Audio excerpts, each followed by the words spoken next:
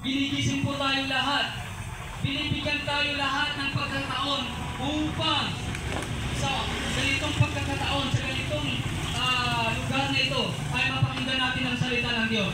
Maraming sabihin natin, bakit hindi na lang ninyo kayong mangaral doon sa inyong mga kanya-kanyang sudahan?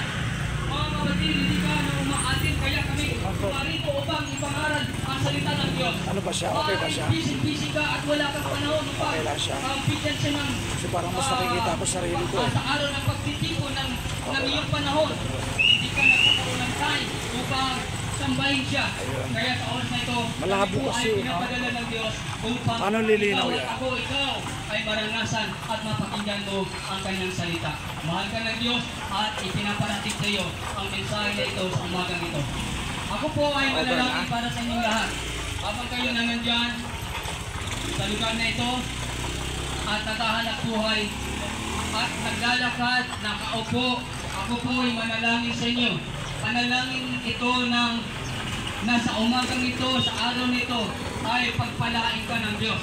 Hindi lamang sa pinansyal na bagay, hindi lamang sa material na bagay. Subalit dahil si Lord na ikaw ay mapagpala sa espiritual.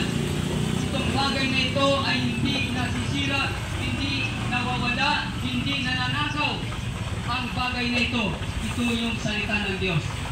Sa umagang ito, nais kitang ipagpe-pray. Nandiyan ka sa iyong lugar, sa